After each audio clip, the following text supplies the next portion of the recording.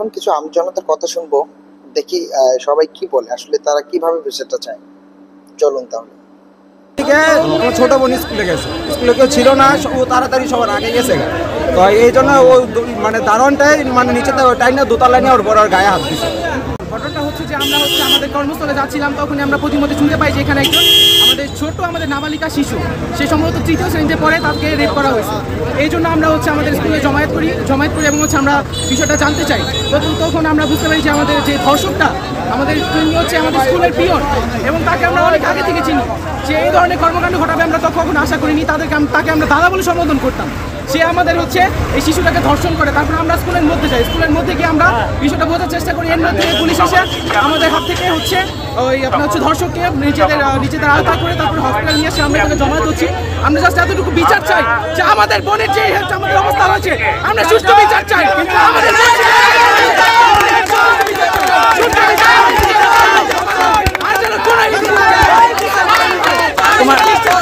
আমরা ভাই মুন্সিগঞ্জে 4th শ্রেণীর এক ছাত্রীকে ধর্ষণ চেষ্টা করে সেই স্কুলেরই একজন দপ্তরি। পরবর্তীতে আমজনতা তাকে গণতুলে দেয় এবং সে শারীরিকভাবে অসুস্থ হয়ে যায়।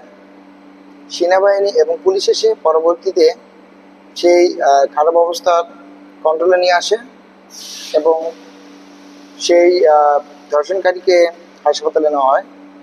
বিচার চাই, এমন দৃষ্টান্তমূলক বিচার চাই যে বিচার দেখে মানুষ কোনোদিন এই ধর্ষণের মতো অপকর্ম যাতে না করে। কেন ধর্ষণ হবে? আমার দেশ স্বাধীন একটা দেশ, স্বাধীন দেশে আমার স্বাধীনভাবে চলার অধিকার নাই। একজন বাচ্চা যদি স্বাধীন না থাকে, একজন বাচ্চা যদি সুরক্ষিত না থাকে, আপনি একটা দেশের সাধারণ নাগরিককে কিভাবে সুরক্ষিত দিবেন? একটা মেয়ে রাত্রে 8টা বাজে কিভাবে কাজে বের হবে? সে কিভাবে হাসপাতালে আসতে পারবে না? ওনারা আমাদেরকে বলেছে যে আইনের আওতায় করবে, যদি ওনার ফাঁসি না দেয় তাহলে আমরা রাজপথ ছাড়বো না, আমরা রাস্তায় থাকবো যতক্ষণ পর্যন্ত তার ফাঁসি না হবে।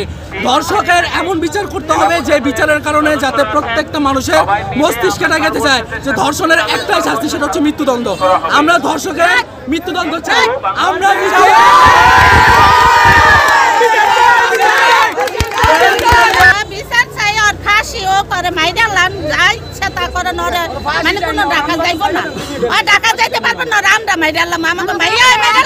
উৎসবে খুশি হবে নগদে বেশি, কারণ ঘন্টায় ঘন্টায় আছে গিফট জেতার সুযোগ।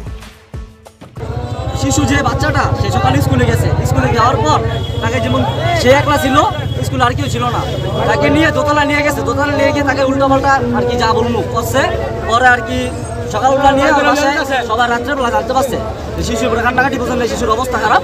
পরে জানতে পারার পর ওরা গিয়ে আবার সকালে গিয়ে ধরছে, পুলিশ আবার সেলটা